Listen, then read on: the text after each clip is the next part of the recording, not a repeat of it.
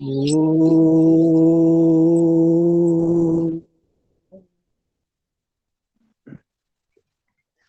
ओम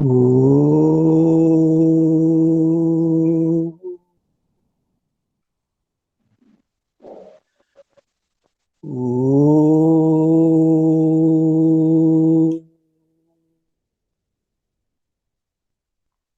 वेदाहमेतं पुरुषं महान्तं आदित्यवर्णं तमसः परस्तात् तमेव विदित्वा अतिमृत्युमेति नान्यः पन्था विद्यते जनाय। ओम शांति शांति शांति। प्रिय बंधुओं, मातृशक्ति,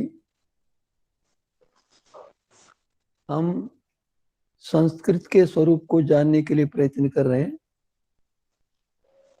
हम ये सुनते आए हैं, कहते आए हैं कि वेद परमेश्वर के दिए हुए ग्रंथ हैं, 4 वेद हैं।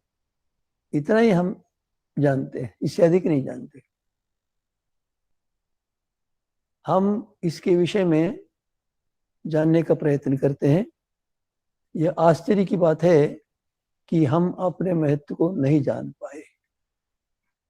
ऐसे ही है जैसा कि एक व्याघ्र अपने को बिल्ली समझे। इससे पहले मैंने बतलाया था कि वेद 4 हैं। संसार में मनुष्यों ने जब जन्म लिया, उसी समय परमात्मा ने वेद जान दिया था। तो वेद 4 है ना, मैंने बतलाया था। ऋग्वेद है, यजुर्वेद है, सामवेद है, अथर्ववेद है। यह भी बतलाया था मैंने कि चारों वेदों के 20,389 मंत्र हैं।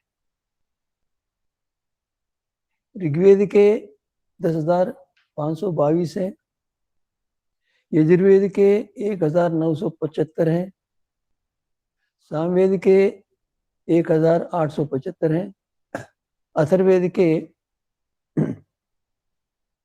5,987 है। तो इतने ही है, किंतु गणना में कहीं कोई कोई इसको अधिक संख्या में मानते, कोई कम संख्या में मानते।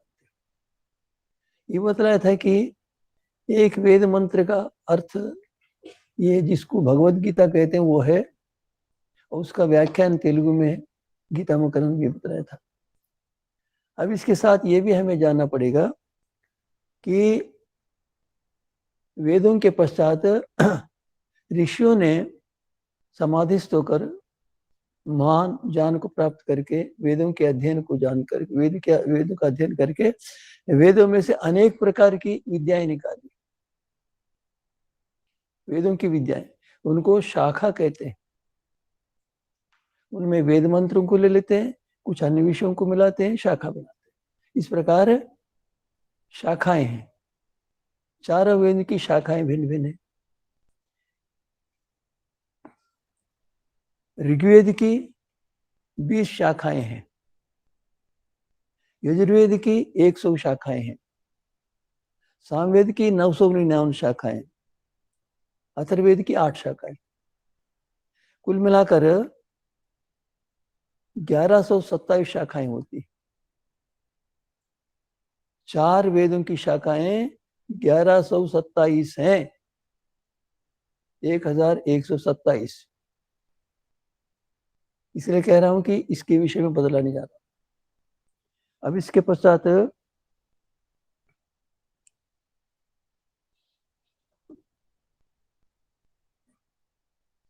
एक शाखा है जिसको काठ संहिता कहते हैं। एक शाखा है, इतना बड़ा, जो जानते होंगे सत्यार प्रकाश से बड़ा है एक शाखा। ये दूसरी शाखा तैतरी शाखा, तैतरी संहिता है। ये लगभग ये भी इतना ही है। एक शाखा है मैत्रायणी संहिता। मैंने आपके सामने 3 संहिताएं उपस्थित, 3 शाखाएं उपस्थित करके बतला दी। इस प्रकार की 1127 शाखाएं थी। आज अनेक कारणों से संभवतः 27 शाखाएं भी नहीं है। 27 शाखाएं नहीं, अर्थात न्यूनाति न्यून 1100 शाखाएं लुप्त हो गई, मिलती नहीं। एक शाखा में एक शाखा इतनी बड़ी है, इसमें कितनी विद्याएं होंगी कहने से, इसमें बहुत सारी विद्याएं हैं। एक शाखा में एक विद्या नहीं, बहुत सारी विद्याएं। अब 11,027 शाखाओं में कितनी विद्याएं होंगी, इसकी कोई कल्पना नहीं कर सकता। सोच लीजिए। हम वेदों का नाम लेकर संतुष्ट हो जाते हैं, वैदिक धर्म की होकर समाप्त समझ लेते अपना कर्तव्य। एक एक शाखा में अनेक अनेक विद्याएं हैं। इस प्रकार की अनेक विद्याओं से युक्त 1100 शाखाएं समाप्त हो गई, लुप्त हो गई। 27 शाखाएं नहीं मिलती। अब एक शाखा ये यजुर्वेद की शाखा है, इसको काणु संहिता कहते हैं। ये यजुर्वेद की शाखा है, काणु संहिता। ये शाखा है, और इस प्रकार की शाखाएं में बतलाई थी। एक एक शाखा की का एक एक ब्राह्मण ग्रंथ है। अब ऋग्वेद की शाखा, ऋग्वेद का ब्राह्मण है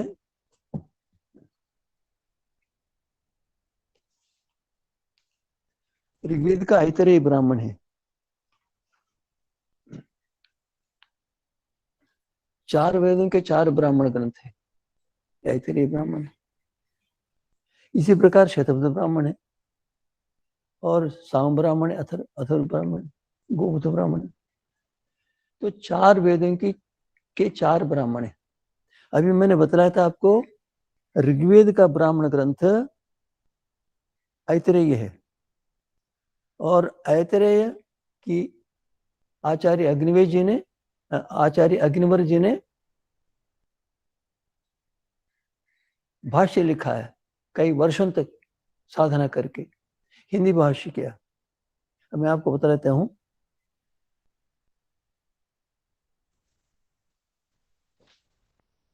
उसके 4 भाग हैं उसके। संख्या देखिए, एक संख्या लिखे, एक संख्या। पहला भाग है,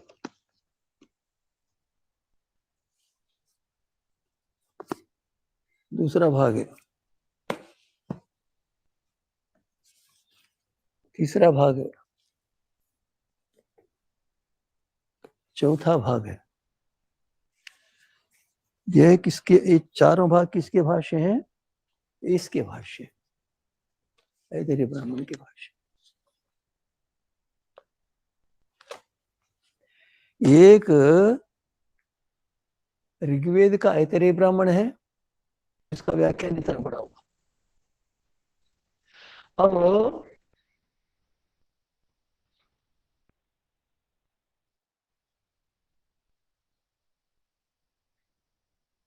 इस प्रकार के 1127 शाखाओं के कितने ब्राह्मण होंगे? कम से कम 1127 ब्राह्मण। एक शाखा है यजुर्वेद की, है काणु संहिता।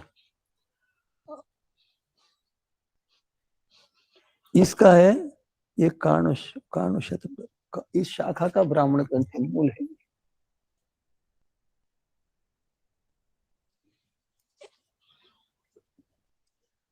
अब ये यजुर्वेद है, यजुर्वेद का ब्राह्मण ग्रंथ है ये।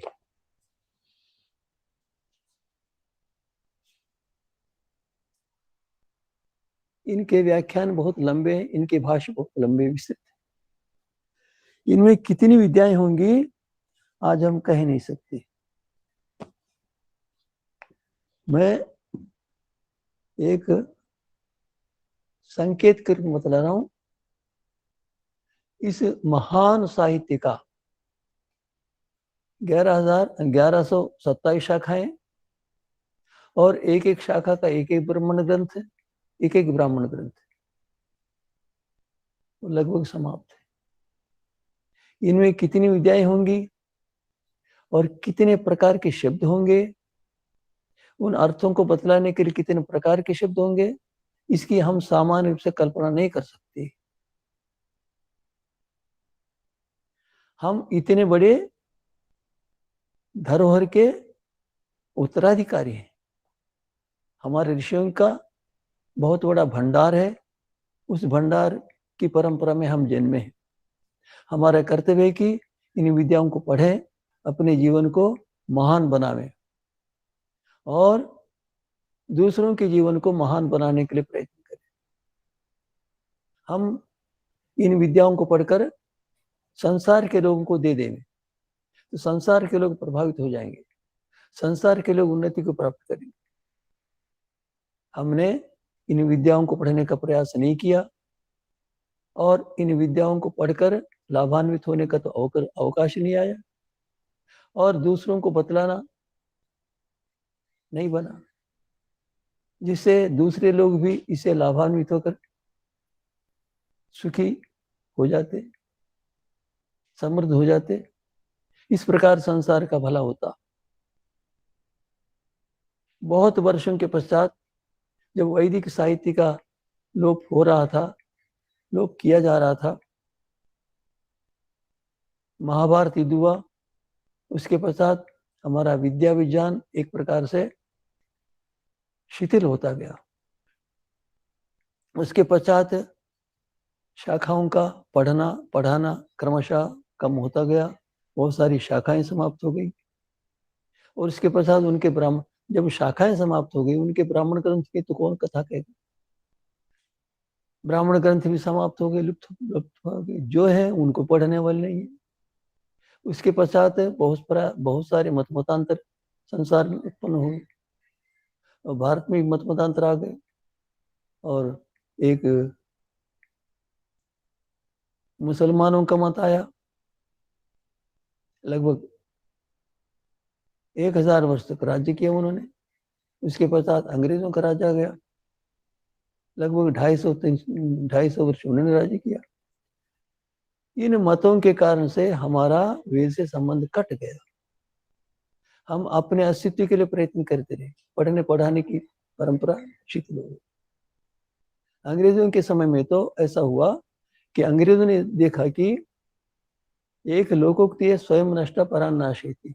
उदाहरण देता हूं, एक व्यक्ति के श्वेत वस्त्रों पर कीचड़ गिर गया, वहां पर 100 व्यक्ति बैठे हुए थे। उसने सोचा कि मेरे वस्त्रों पर कीचड़ गिर गया है तो मैं निकृष्ट माना जाऊंगा, मैं बुरा माना जाऊंगा, मूर्ख माना जाऊंगा, अज्ञानी माना जाऊंगा, तो मैं सबके वस्त्रों पर कीचड़ डालूं। इसी प्रकार हमारी प्रवृत्ति, ईसाइयों की प्रवृत्ति हो गई। वो ये समझते रहे कि हम इस देश में, भारत में जाकर, आर्यावर्त में जाकर इन लोगों को ईसाई बनावे।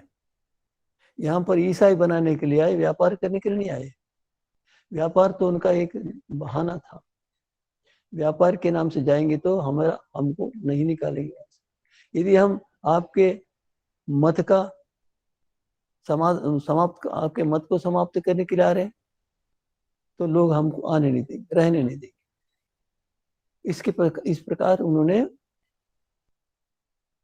बहुत प्रकार से वैदिक साहित्य के निकृष्ट बतलाने के लिए, वैदिक साहित्य के अत्यंत अल्प सामर्थ्य वाला बतलाने के लिए बहुत सारे उपाय किए और उन्होंने यहां तक किया कि अपने जैसे हजारों व्यक्तियों को बनाया।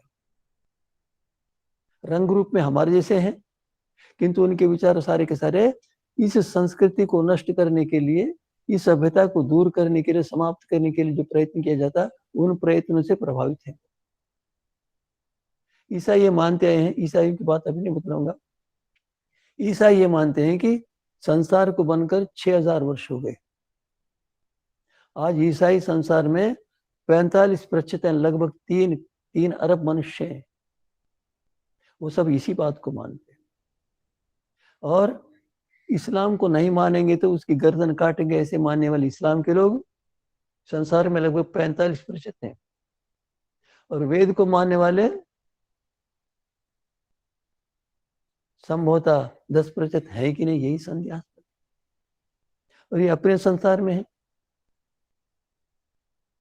इस स्थिति में गुरुकुलों की परंपरा समाप्त हो गई। गुरुकुलों की परंपरा को समाप्त करने के लिए अंग्रेजों ने 100% प्रयास किया। ऐसा प्रयास किया कि हमको पता भी नहीं चले। और ऐसी एक विद्या, ऐसा एक विद्या तो कहना चाहिए उसको, ऐसी एक परंपरा चला दी कि उनकी नौकरी करने से ही हमारा पेट भरेगा। और हमारी गुरुकुल प्रणाली को समाप्त कर दी। और कुर्सी पर बैठ गए, पैंट पहनकर, कोट पहनकर, ये पहनकर बैठ गए, बाल बहाने लग गए। और हमारे लोग समझ रहे ये हमको पढ़ाते हैं, हम पढ़ाने वाले अच्छे होते हैं, मानते हैं सामान्य रूप से। उसी के अनुसार उन्होंने चोटी कटवा ली और धोती उतार दी, कुर्ता छोड़ दिया, परंपराएं समाप्त कर दी, उन जैसे बनने लगे।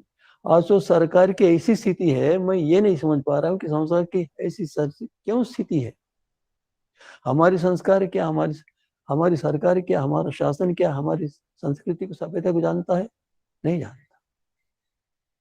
आज भी मैंने आधुनिक विद्यालय खोलकर आधुनिक विद्यालय के नाम से पढ़ने के लिए आने वाले विद्यार्थियों को वैदिक संस्कृत सभ्यता का अभ्यास कराऊं, प्रयास किया, 4 वर्ष देखा, श्रम अधिक लाभ थोड़ा, फिर भी सहन किया, फिर भी छोड़ दिया। क्यों? वहां पर कुर्सियां ना हो तो पढ़ाई नहीं पढ़ सकते, कुर्सियां ना हो तो मान्यता ही नहीं देंगे। और ये पेंट आदि नहीं पे मान्यता ही नहीं देंगे, वो डरते हैं, तो सब समाप्त हो। और हमारे गुरुकुल वालों को समझ लेते हैं, जो पैंट पहनने वाले, बुशर्ट पहनने वाले, बाल बहाने वाले, चोटी काट कर, तो वो महान होते हैं। ये एक अंध परंपरा, एक आयुर्वेद के अनुसार कहते हैं इसको अतत्व अभिनिवेश नाम का रोग है ये, इसे ग्रस्त हो गए। आज वेद को पढ़ने पढ़ाने की भावना समाप्त हो गई। कोई कहे ऋषि दयानंद जी के भक्त और कुछ वेदों के प्रति श्रद्धा रखने वाले महान भाव कहते हैं तो समझ लेते हैं वेद पढ़ने पढ़ाने वाले अनपढ़ हैं, गवार हैं, अल्पबुद्धि है, मूर्ख है, असभ्य है। मैं ऐसा मानता हूं कि वेदादि शास्त्र पढ़ने वाले, ऋषि परंपरा को मानने वाले, योगाभ्यास करने वाले धर्मात्मा देते, उन जैसा संसार में कोई महान से महान बुद्धिमान नहीं हो सकता। देख लीजिए, आज ऋषि दयानंद की कृपा से पुनः उस वैदिक युग का उद्धार हो गया। वैदिक धर्म की रक्षा करने के लिए बहुत सारे व्यक्ति प्रयत्न कर रहे हैं, करते रहे, कर रहे हैं। और उन्हीं के कारण से वैदिक धर्म जो भी नष्ट होते होते बच गया, उसकी रक्षा हो रही, उसका विस्तार हो रहा, उसका प्रचार हो रहा। तो आज हमारी संस्कृति को नष्ट करने के लिए, हमारी सभ्यता को समूल नष्ट करने के लिए जो प्रयास किया गया है, वो अंग्रेजों के समय में हमारी भाषा, देशी भाषा को छोड़कर अंग्रेजी भाषा बनाई हुई। और हमारी सरकार, ऐसी सरकार तो क्या कहना चाहिए इसको, इन्होंने क्या मान लिया, अंग्रेजी को राष्ट्रभाषा माने। आप सुन रहे होंगे जितने व्यक्ति महानुभाव, आप समझते होंगे हिंदी राष्ट्रभाषा नहीं है, हिंदी राष्ट्रभाषा है ही नहीं, आज अंग्रेजी राष्ट्रभाषा है। ये आश्चर्य की बात है। जहां संस्कृति का विकास हुआ, संस्कृति का प्रचार हुआ, जहां सभ्यता का विकास हुआ, जिन्होंने मनुष्य को स्वस्थ 100 वर्ष तक जीवित रहने के लिए विद्या विज्ञान दिया, आचार परंपरा दी, वो सारा का समाप्त हो गया। उसका मूल जो संस्कृत भाषा वेद है उसको समाप्त कर दिया। हमारे देश में संस्कृत वेदों के प्रति, वेदों के लिए संस्कृत भाषा के लिए कोई महत्व नहीं। मैं कहता हूँ संसार, सारे संसार की भाषा राष्ट्र, सारे संसार की भाषा संस्कृत हो सकती है और कोई भाषा हो नहीं सकती। केवल भारत की नहीं, सारे संसार की भाषा संस्कृत ही हो सकती है। संस्कृत में ही समस्त मानवों को ज्ञान विज्ञान देने का, समस्त मानवों को एक सूत्र में बांधने का, समस्त मानवों को महान से महान वैज्ञानिक बनाने का, धर्मात्मा परोपकारी बनाने का सामर्थ्य केवल संस्कृत भाषा में। आज कोई मानते ही नहीं इसको। हमारे शासन ने तो इसको मान्यता ही नहीं दी।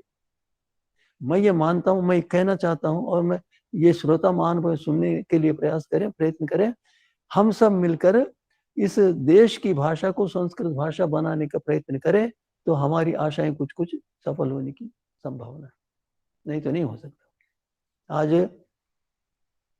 एक सामान्य दुकानदार बेचता रहता वस्तुओं को, वहां पर ग्राहक कई सारे रहते हैं। वो जो बेचने वाला है वो पैंट पहनने वाले को जो बाद में है उसको पहले देता था, जो शिखा रखकर कुर्ता पहनकर धोती पहनकर उसको सब के अंत में दे। क्यों? कि अंग्रेजी ढंग से पढ़ा लिखा ये जो अंग्रेजी भाषा पहनने वेशभूषा पहनने वाला ये बड़ा बुद्धिमान होता है। ये सामान्य मनुष्य में ऐसी भावना है, सामान्य प्रत्येक मनुष्य में, भारत वालों में प्रत्येक, कुछ को छोड़ दीजिए, हजारों लाखों छोड़ दीजिए, सब में यही भावना देखी। ये अत्यंत भयंकर भावना, अर्थात ज्ञान के आधार पर मनुष्य का मूल्यांकन होता, न कि वस्त्रों के आधार पर, न वेशभूषा के आधार पर नहीं होता। एक घटना बतलाओ, याद आ गई। संभवतः रामायण काल की घटना, लाखों वर्ष पुरानी घटना है। एक विद्वानों की सभा हो रही थी। विद्वान की सभा में बड़े बड़े विद्वान जा रहे थे सम्मिलित होने के लिए। वहां द्वारपाल बैठा हुआ था, खड़ा था। एक टेढ़े मेढ़े शरीर वाला वहां गया, प्रविष्ट होने के लिए आ गया है, तो उन्होंने कहा नहीं जा सकते। क्यों? यहाँ तो बड़े बड़े विद्वानों की सभा है भाई, आप कैसे जा सकते? आपके अंग टेढ़े मेढ़े। यद्यपि यद्यत्र वृद्धेषु कृत प्रवेशो युक्तम प्रवेश मम द्वारपाल भयं च वृथा चरित वृताश्च वेद प्रभावेन प्रभाविताश्च। द्वारपाल, यद्यत्र वृद्धेषु कृत प्रवेश, यदि यहाँ पर वृद्ध महान पंडितों के लिए प्रवेश का अवकाश है, मैं भी वृद्ध हूं, मैं बहुत बड़ा विद्वान हूं। उसका नाम क्या था? अष्टावक्र। द्वारपाल ने क्या समझा? 8 अवयव में ये टेढ़ी मेढ़ी वाला है, ये क्या ना, यहाँ शरीर से मूल्यांकन नहीं होता, यहाँ तो ज्ञान से, बुद्धि से, सदाचार से मूल्यांकन। हमारे देश में परंपरा थी, आज ऐसा नहीं है। आज की ऐसी प्रक्रिया है, मैं कहते कहते मुझे संकोच भी होता है, इस मन से कहना चाहूँ कि नहीं कहना चाहूँ, मुझे ही संकोच, किंतु कह भी देता। आज एक व्यक्ति है जो एमएससी कहा जाता है, एमएससी पढ़ने वाले को पढ़ा देता, एमएससी पढ़ाता है, बहुत बड़ा वैज्ञानिक माना जाता। और बड़े बड़े वैज्ञानिक, हमारे देश के बड़े बड़े वैज्ञानिक शोध करते हैं, वो ये पहनते, पता नहीं क्या है, ये टाई है ये, पर हमें नहीं। फिर वो क्या करता है? भोजन करते, बैठकर भोजन करना चाहिए। शरीर शास्त्र की आज्ञा के अनुसार, शरीर शास्त्र के अनुसार बैठकर भोजन करने, वस्त्र ढीले होने चाहिए, और आचमन पैर धोकर चल, अर्थात भोजन से पहले पैर धोवो, और सोने से पहले पैर नहीं धोना। ये शास्त्र में मनुस्मृति में कथन। पैर धोकर बैठ जाता, आचमन करता है, परमात्मा का चिंतन करके, ये परमात्मा, मैं इंद्रियों के वशीभूत होकर भोजन न करूं, मैं इंद्रियों को वश में रखकर भोजन करूं, सदा स्वस्थ रहूं, 100 वर्ष तक जीवित रहूं। ये अब यहाँ क्या है? खड़े खड़े जूते पहना है, ये पैंट है, बुशर्ट है, पता नहीं क्या है, ये पत्तल में भोजन कर रहा।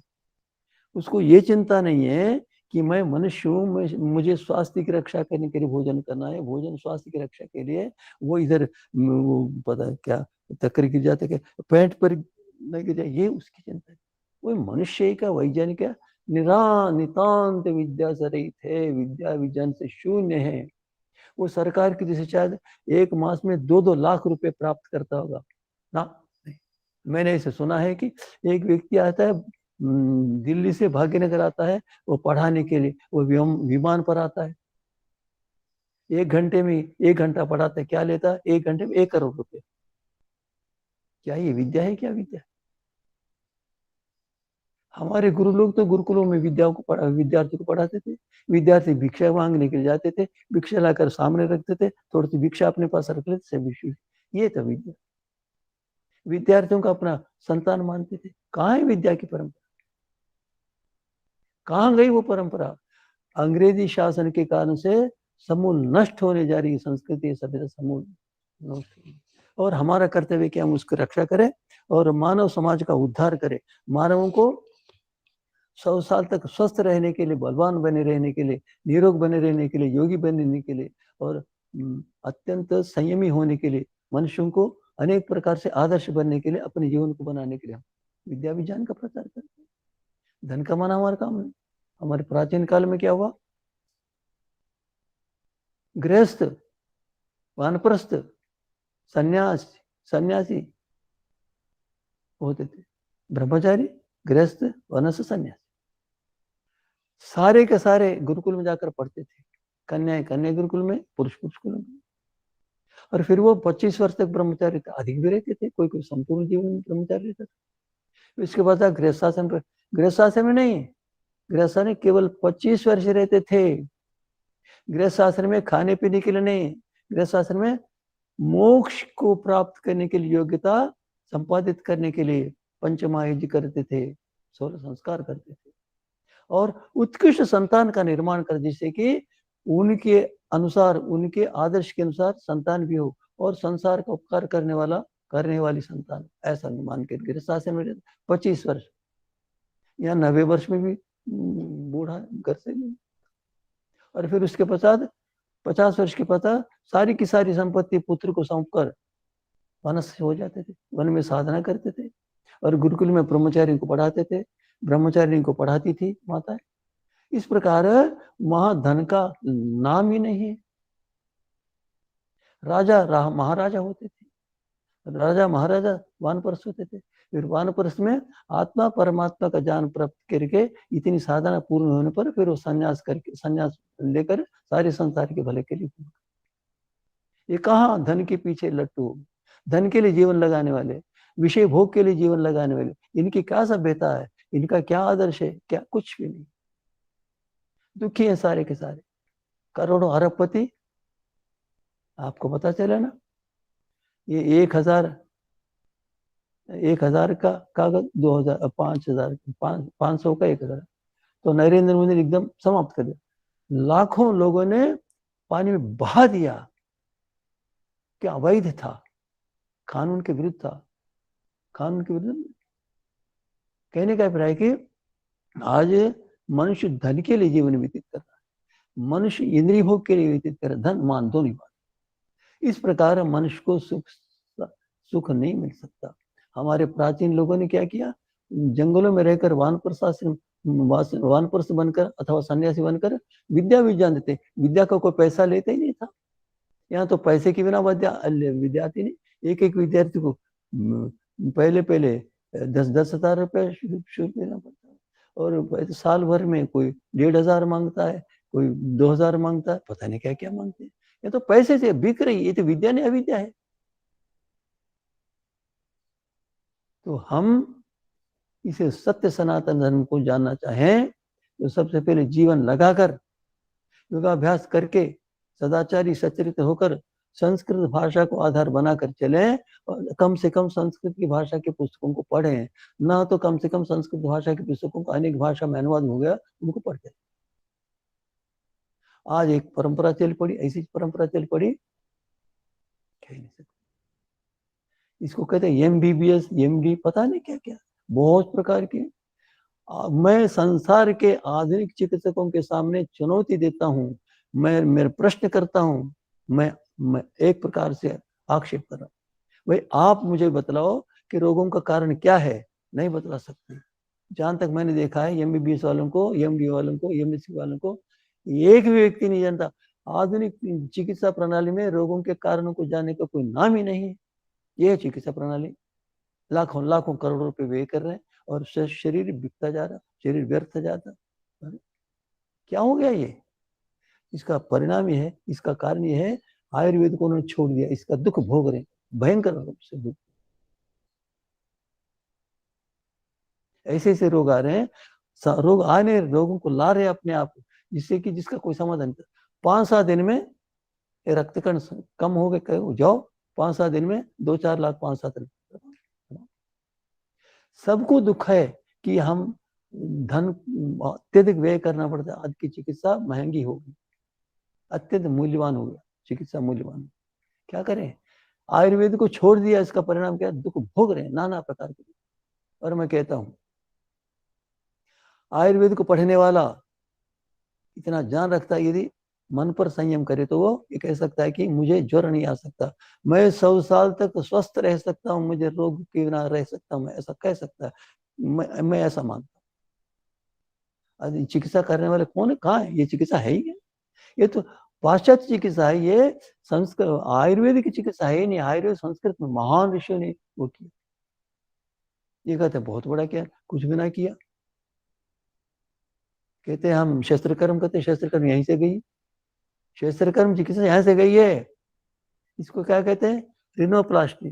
भाई इस नोस कहते हैं, रिनो नोस नासिका। ये प्लास्टिक सर्जरी संसार के लोग जानते हैं कि यहाँ से गई सारी संसार है, समस्त विद्या यहाँ से गए, मैं प्रमाण से सिद्ध कर सकता हूँ। किसी ने कहा कि तोप है, तोप का जो होता है ना सामग्री, वो 1400, अरे कहाँ 1400 हो गया, 3000 वर्ष पहले हमारे भारत वाले को बंदूक बनाते थे, तोप बनाते, तोप की सामग्री बनाते, यहाँ से गई। एक नहीं मैं पढ़ता हूँ, गुरुकुल में पढ़ता हुआ भी आधुनिक विज्ञान आदि के विषय में थोड़ा बहुत जानता हूँ, इसलिए कह रहा हूँ। संस्कृत भाषा के छोड़ने से ये मनुष्य समाज अत्यंत दूर हो गया, सुख से आनंद से दूर हो गया, अनेक दुखों से घिर गया, रोगी हो गया है और नाना प्रकार के दुख हो गए। कारण क्या है, वेद को छोड़ना, संस्कृत भाषा को छोड़ना। हमारे देश में बहुत सारे ऋषि हुए, इस देश से बहुत सारे लोग चले गए, विदेशों में प्रचार किया। एक व्यक्ति पृथ्वीगुरु था, पृथ्वीगुरु, और क्या कहते हैं उसको, ऐसे नाम दूसरा आजकल दूसरा। तो वो यूनान में गए, एथेंस में गए, सुकरात कोई तत्वज्ञानी था, उनसे वार्तालाप हो गया। तो आत्मा के विषय में क्या, आत्मा है ही नहीं। आत्मा अरे ये तत्वज्ञानी अपने आप को मानते हैं, इनको लोग तत्वज्ञानी मानते हैं, ये आत्मा को नहीं मानते, क्या किस बार का तत्व जानना, हासिल। ये उदाहरण है हमारे। कहने को कि संसार में सर्वत्र आर्यावर्त के लोग जाकर विद्या का प्रचार करते थे, वो महाभारत के प्रचार यूं हो गया। अब हमारे देश में, हमारे यहाँ संस्कृत भाषा ही नहीं। आश्चर्य की बात है, अंग्रेजी की इतनी प्रशंसा करते, प्रशंसा करते थकते ही नहीं। आज विश्व का बहुत बड़ा वैज्ञानिक केंद्र मान जाते अमेरिका, पाताल देश, वहां पर लगभग कहते हैं 5000 वैज्ञानिक हैं, वैज्ञानिक 5000। और 5000 वैज्ञानिकों में कहते हैं, ऐसा मैंने देखा नहीं सुना है, लगभग 200 वैज्ञानिक है संस्कृत के। 500 वैज्ञानिकों में से 200 वैज्ञानिक संस्कृत भाषा के जाने, अर्थात संस्कृत के विद्वान वैज्ञानिक हैं वो। इनको संस्कृत भाषा पढ़े बिना आधुनिक विज्ञान में विकास होने की संभावना नहीं दिख रही, आज का विज्ञान चल नहीं सकता। ये हमारे देश में रहने वाले सामान्य मनुष्यों को पता ही नहीं जाता। ये कहते हैं अंग्रेजी भाषा पढ़ो, अंग्रेजी भाषा पढ़ो, अंग्रेजी पढ़ने से ये होगा। अंग्रेजी पढ़ने से उल्टी बात से थी कि सीधी बात मिलती नहीं। इसको आगे बतलाऊंगा। अंग्रेजी पढ़ने वाला पहले पहले झूठ को सीख ले और अपनी बुद्धि को ताला लगाए, तब जाकर अंग्रेजी पढ़ सकता है। मैं सब प्रमाण कहता हूं, मेरे पास प्रमाण आधार है। अब ये बतलाइए, प्रसंग इस पर विस्तार से कहूंगा। बेचने को कहते हैं सेल, सेल यही है ना। इसको क्या क्या पढ़े, मैं तो पढ़ूंगा साले। बतलाओ, लिखते हो साले, पढ़ते हो सेल, क्या बुद्धि है आपकी, बतलाओ। लिखते हो नहीं पढ़ते। साइकोलॉजी पी से आरंभ करते, पी का उच्चारण ही नहीं करते। नॉलेज के से उच्चारण करते, के का नाम ही नहीं। नॉलेज में क्या होता है, के पहले आता, कहाँ है नॉलेज, बोलो क्या उल्टी बात है। बुद्धि के ऊपर ताला बंद करके जो सामने कहता है उसको बोलो। कौन मानेगा इसको बुद्धिमान? वैज्ञानिक नहीं मान सकता, अंग्रेजी भाषा पढ़ने वाला वैज्ञानिक नहीं मान सकता। रहे कुछ और, कहे कुछ और। जब डीओ आर डोर बनता है, पी आर पूर क्यों सा बना भाई? वो पूर बनता था, डोर क्यों नहीं बनता? बुद्धि है ही नहीं। नहीं नहीं, जब सोच वो कहता है यहाँ गौ है तो कहते कुत्ता है, कौन मानेगा? कौन मानेगा? जब है जैसा अक्षर वैसा क्यों नहीं बोलते? तो झूठे हो गए हो, बुद्धि पर ताला बंद कर रहे थे। मैं कहता हूँ अंग्रेजी भाषा पढ़ने से बुद्धि टेढ़ी हो जाती है, सत्य को जानने की योग्यता नहीं रहती, सत्य को जानने का साहस नहीं कर सकता, उल्टी बात को सीखने का आदी हो जाता, अभ्यासी हो। इसलिए संस्कृत भाषा पढ़, मैं संस्कृत भाषा के लिए थोड़ा सा परिचय किया। इस प्रकार हमारा इतना साहित्य था, इतना साहित्य था कि वेद के 4 उपवेद हैं। आयुर्वेद, धनुर्वेद, गंधर्वेद, अर्थवेद।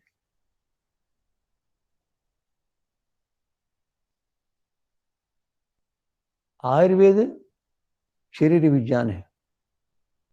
मैंने कई सारे एमबीबीएस पढ़ने वालों से पूछा है, आपकी चिकित्सा, आपका चिकित्सा शास्त्र किस काम के लिए? रोगियों के लिए। आपका चिकित्सा शास्त्र अधूरा है। अधूरा क्यों अधूरा है? जब मनुष्य स्वस्थ है तो स्वस्थ को स्वस्थ रखने के लिए क्या आपके पास उपाय बताओ? मुंह बंद कर दिया। हमारा आयुर्वेद है स्वस्थ को स्वस्थ रखने के लिए, रोगी को रुग्णता से दूर करके स्वस्थ बनाने के लिए। आपका आपका चिकित्सा शास्त्र अधूरा, हमारा पूर्ण है। कैसे बोलना? हमारा आयुर्वेद कहता है कि स्वस्थ को स्वस्थ रखने की विद्या है और अस्वस्थ को स्वस्थ बनाने की विद्या है। बताओ, अस्वस्थ को रोग कारण क्या हुआ? स्वस्थ हो। स्वस्थ किसको कहते हैं? स्वस्थ का लक्षण पे। आज मैं कहता हूँ स्वस्थ का लक्षण कोई जानता नहीं। आज अंग्रेज ढंग से अंग्रेजी पुस्तकों पढ़े नहीं जान सकता। महर्षि सुश्रुत ने एक श्लोक लिखा, 32 स्वरों का संपूर्ण स्वास्थ्य का लक्षण है, स्वस्थ मनुष्य का लक्षण है। भास्कर गोविंद घाणेकर नाम के बहुत बड़े आयुर्वेद के आधुनिक चिकित्सा के विद्वान हुए। उसकी व्याख्या करते हुए लिखा है कि स्वस्थ मनुष्य का लक्षण बतलाने वाला इन 32 स्वरों से युक्त ऐसा कोई लक्षण संसार में कहीं है ही नहीं। ये लिख दिया। समदोष समाग्निश्च समधातुमल क्रिया प्रसन्नात्मेन्द्रिय मन स्वस्थ थे। आज स्वस्थ के लक्षण को आज का कोई एमबीबीएस एमडी नहीं बतला सकता। शरीर के स्वास्थ्य को बतला सकते हैं, और आत्मा स्वस्थ है कि नहीं इसको कौन बतलाएगा? मन स्वस्थ है कि नहीं, बुद्धि। कहने का है कि आयुर्वेद विज्ञान, विज्ञान का सागर है, समुद्र है। समदोष, वात पित्त का अनुपात में समान हो तो समदोष। समाग्रिश, 7 प्रकार की अग्नियां हैं, वो 7 प्रकार की नहीं देते। रस, रक्त, मांस, मेद, अस्थि, मज्जा, शुक्र अग्नियां। समधातु, ये धातु समान हो, रस, रक्त, मांस, मेद, अस्थि। विषमता अर्थात जिस अनुपात में जिसको रहना चाहिए उसे कर, न्यूनाधिक ना हो। समधातु मल क्रिया, और मल क्रिया शरीर में से मैल निकलते रहे। 7 धातुओं के 7 प्रकार के मैल निकलते हैं, उन मैलों को बाहर निकलना चाहिए, स्वतः शरीर बाहर निकाल देता है, उसको रोकते हैं हम उल्टा सीधा करके। कहाँ है? ऐसा स्वास्थ्य का लक्षण है ही नहीं। और फिर क्या है आगे? प्रसन्नात्म इंद्रिय बना, जिसका आत्मा शुद्ध है, पवित्र है, जिसकी इंद्रियां निर्मल है, तीव्र है, मन जिसका पवित्र है, चंचल नहीं है, एकाग्र है, वो है स्वस्थ। बतलाओ स्वस्थ का लक्षण कौन बतलाए? बतला नहीं सकता। आयुर्वेद को छोड़ दिया, नाना रोग में फंस गए, दुखी हो रहे, संपत्ति का नाश कर रहे, लोग स्वास्थ्य का नाश कर अंत में मर रहे। कहाँ है ये विद्या विज्ञान? आपने संस्कृत भाषा छोड़ दी, दुर्गति के प्राप्त हो गए। फिर संसार के मनुष्य तभी शांति को प्राप्त कर सकते हैं जबकि संस्कृत विद्या को अनिवार्य रूप से पढ़ें। जो संस्कृत, महात्मा गांधी ने एक स्थान पर लिखा है, जो संस्कृत विद्या नहीं पढ़ा वो अपूर्ण मनुष्य भी था। मैं कहता हूं संस्कृत भाषा मनुष्य के लिए आवश्यक समस्त विद्याओं विज्ञानों को देने वाली विद्या। और वो कहां से निकले? वेद से निकला। वेद को हमने छोड़ दिया। वेद में जैसे आजकल हम देखते हैं मत पंथ संप्रदाय, कहीं भी नहीं, समस्त मानव के एक मान, मनोर्भव। तो मनुष्य बन, ये नहीं कहा कि तू ईसाई बन जा, तू मुसलमान बन जा, मनुष्य बन। मनुष्य क्या है? मत्वा कर्माणि सिद्ध्यति मनुष्य, जो सोच समझ कर सत्यासत्य का निर्णय करके सत्य को अपनाने वाला, असत्य को चुनने वाला मनुष्य होता है। कहाँ है ये? आयुर्वेद क्यों छोड़ दिया आपने? आयुर्वेद को जानने वाला कहता है कि मैं 100 वर्ष तक नहीं, 400 वर्ष तक जी सकता हूँ, कह सकता है। आज ना हो तो 5 पीढ़ियों के पश्चात ऐसा हो सकता है। प्रयत्न करिए। मनुष्य को मनुष्य बनाने की विद्या है नहीं, कि वेद में ही विद्या। मनोर्भव जनया दैव्यम, मनुष्य बनो, मनुष्य को बनाने की विद्या जनया दैव्यम जन। आयुर्वेद में चरक शास्त्र एक शास्त्र है, ऋषियों के ग्रंथों में चरक शास्त्र एक शास्त्र, उसमें लिखा है 8 स्थान है, स्थान का विभाग। उसमें एक स्थान है शारीर स्थान, जिसमें 8 अध्याय। मैं कहता हूं प्रत्येक चिकित्सक को नहीं, प्रत्येक मनुष्य को, प्रत्येक गृहस्थ को तो जो गृहस्थ बनना चाहे पहले उसको पढ़ा, उसको पढ़ ले, पढ़ने के पश्चात नहीं, उस 8वें अध्याय को पढ़े, 8 अध्याय वाले स्थान को, शारीर स्थान को पढ़े बिना गृहस्थ आश्रम में स्वीकृति नहीं देनी चाहिए, मेरा अपना ऐसा विचार है। क्योंकि गृहस्थ आश्रम में पहुंचते हैं, गृहस्थ आश्रम में रहकर वेदोक्त कर्म करते हुए उत्कृष्ट संतान के निर्माण करने के लिए, काम उत्कृष्ट संतान है, कर ही नहीं सकते ये। मनुष्य का निर्माण तो कोई जानते नहीं, मनुष्य का निर्माण होता है। कैसे निर्माण होता है बता देता हूं। एक लंबा ऊंचा व्यक्ति है, 2 गज लंबा, और उसी प्रकार शरीर, और व्यायाम करके ऐसे मांसपेशियों को बनाया है, उसके शरीर को देखने की इच्छा होती है।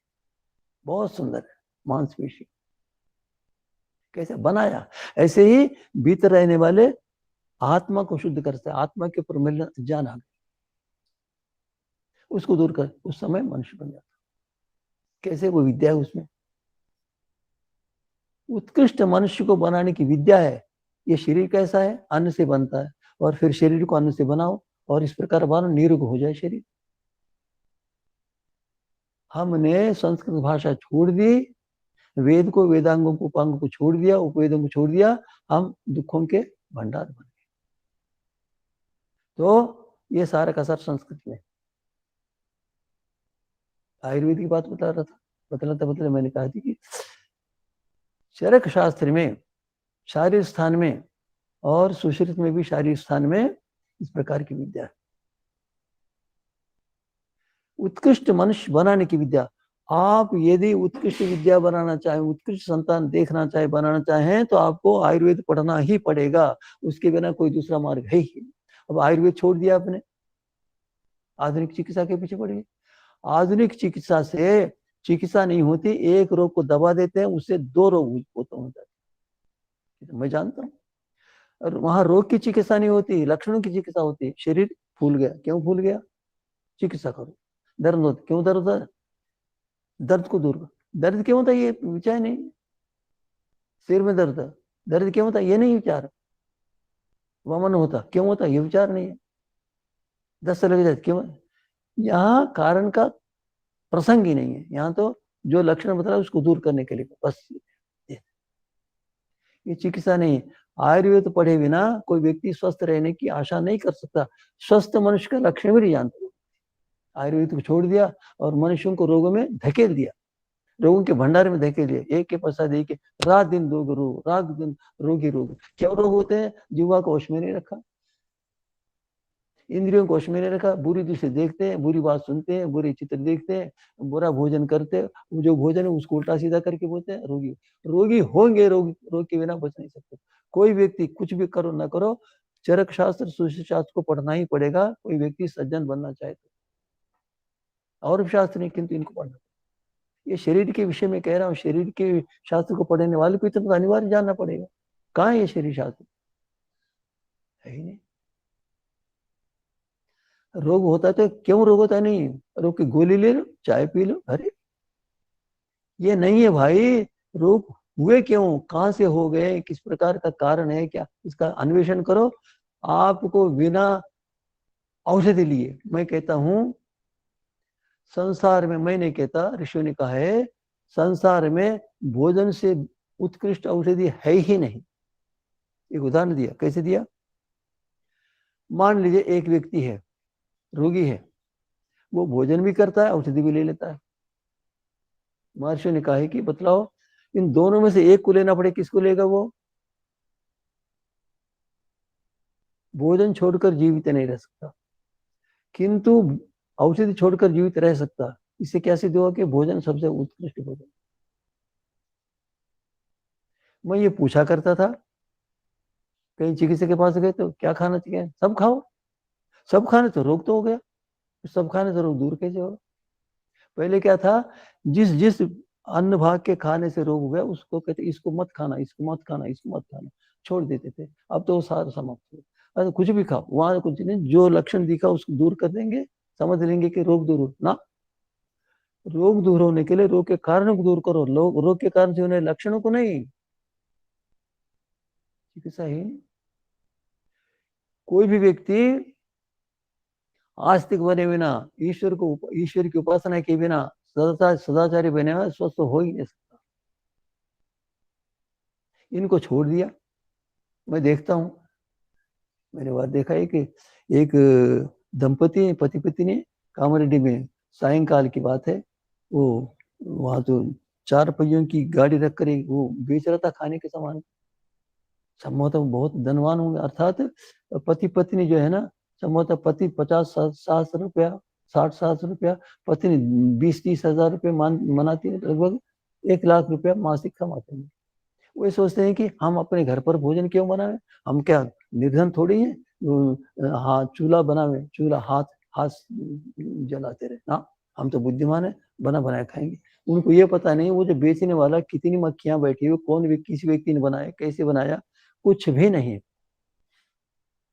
वो मुझे बतलाओ भाई, आप बेचने वाला आपके स्वास्थ्य से प्रेम करके व्यापार कर रहा है कि पैसों के लिए व्यापार कर रहा है, ये नहीं सोच पाते आप चाहते हैं कि स्वस्थ हो ही नहीं सकते स्वस्थ। तो आयुर्वेद का शरण लेना पड़ेगा। एक विद्या बता रहा हूं मैं। आयुर्वेद के 8 विभाग थे, 8 विभागों से 2 विभाग हैं, शेष विभाग तो लुप्त हो। काय चिकित्सा, शरीर की चिकित्सा, शल्य चिकित्सा। शल्य चिकित्सा कहते हैं, शल्य कहते हैं दुख को देने वाला, जैसे कांटा है या गोली है, चाकू है, बाण है, ऐसा उसको शल्य। शल्य को दूर करना कहते हैं, उसको कहते हैं, सुश्रुत ने शल्यापहरण तंत्र था। शल्य को दूर, शल्य किसको कहते हैं? जो एकदम शरीर में प्रवेश करके दुख उत्पन्न कर, शल्य कहते हैं। उस शल्य को दूर करने का शास्त्र स्वतंत्र शास्त्र था, और शिशु निर्माण का एक बहुत बड़ा शास्त्र था। ये सारे के सारे लगभग समाप्त हो गए। 2 ही शास्त्र, एक तो चरक, एक सुश्रुत। सुश्रुत है शल्यापहरण, ये क्या कहते हैं, ऑपरेशन शास्त्र नहीं है, ये तो बहुत बात की बात। तो और इस प्रकार हमारे जीवन को स्वस्थ और निरोग बनाने के लिए ये जितने शास्त्र काम करते हैं, जो ये वर्तमान है, इनको भी कम से कम नहीं पढ़ते। और चरक की व्याख्या के रूप में सहस्रों ग्रंथ थे, सहस्रों ग्रंथ आज। सुश्रुत के सहस्रों ग्रंथ थे, व्याख्या। इन मूलों को पढ़ो, मूलों को पढ़ने से इतना ज्ञान हो जाएगा कि आप सदा अपने जिह्वा को वश में रखेंगे तो महान से महान व्यक्ति बनेंगे, स्वस्थ निरोग बनेंगे, और 100 साल तक की आशा कर। मैं आयुर्वेद का बहुत बड़ा भक्त हूँ।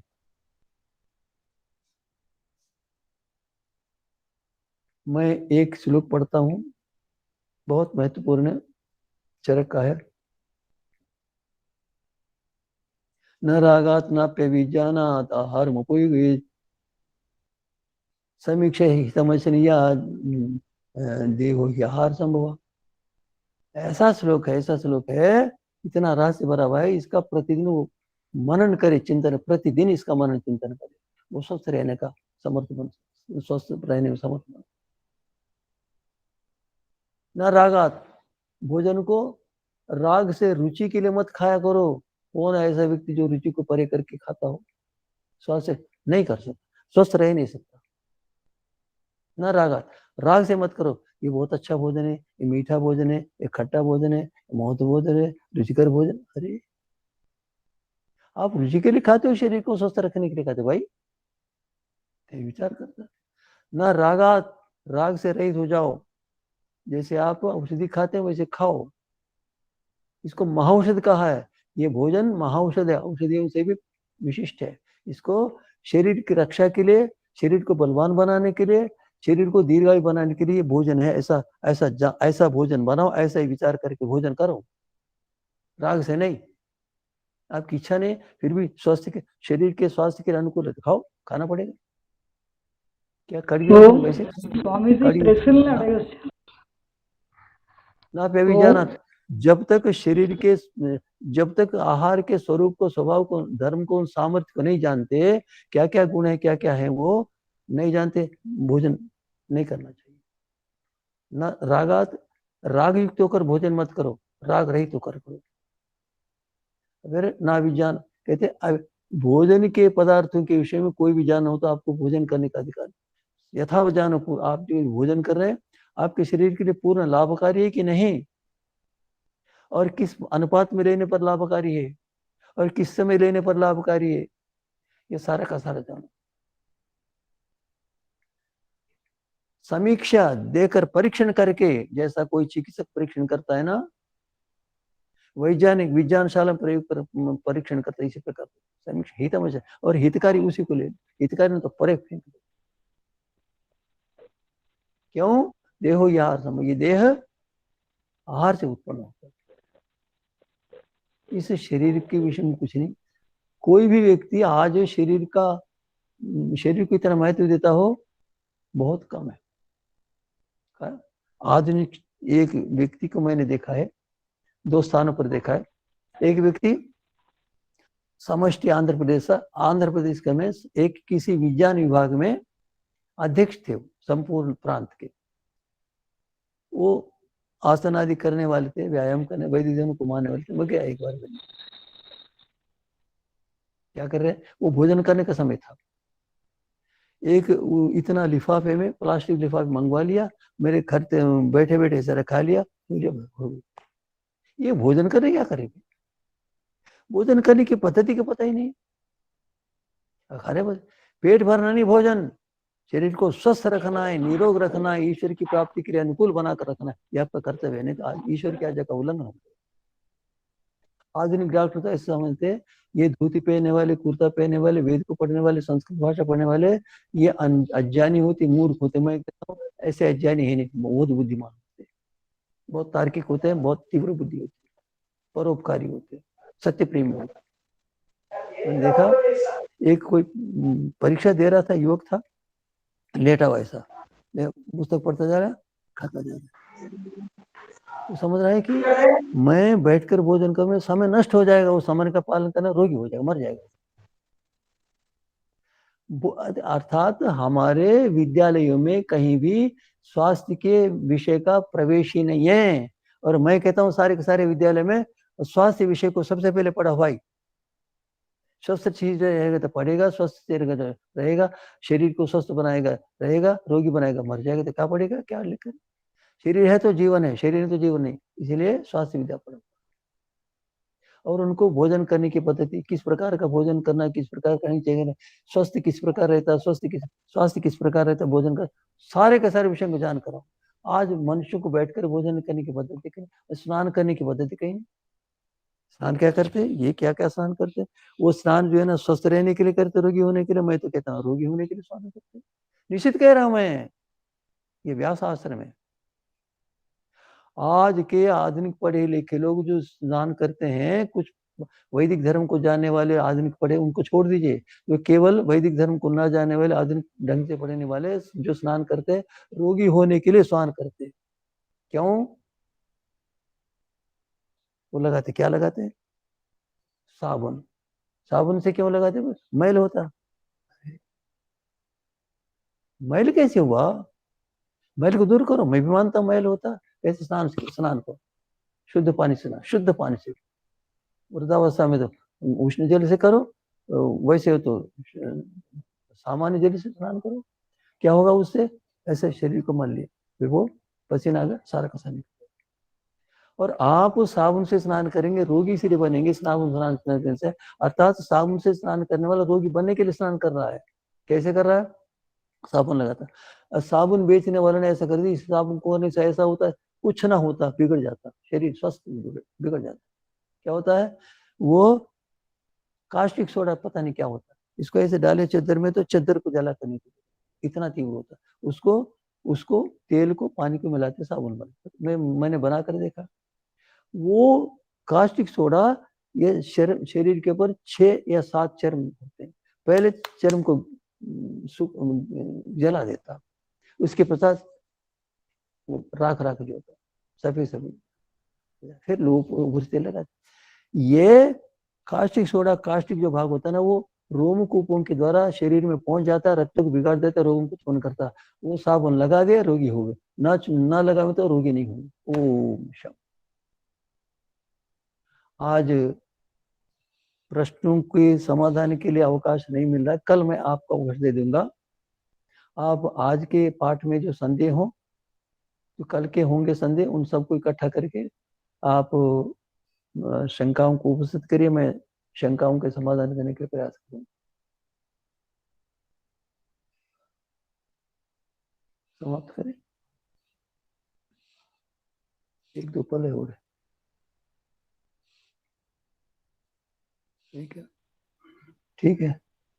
नमस्ते स्वामी जी। इसको यहाँ पर समाप्त किया जाता है। ओम द्यौः शान्तिरन्तरिक्षं शान्ति, पृथिवी शान्तिरापः शान्तिरोषधयः शान्ति, वनस्पतयः शान्तिर्विश्वे देवाः शान्तिर्ब्रह्म शान्ति, सर्वं शान्ति शान्तिरेव शान्ति, सा मा शान्ति।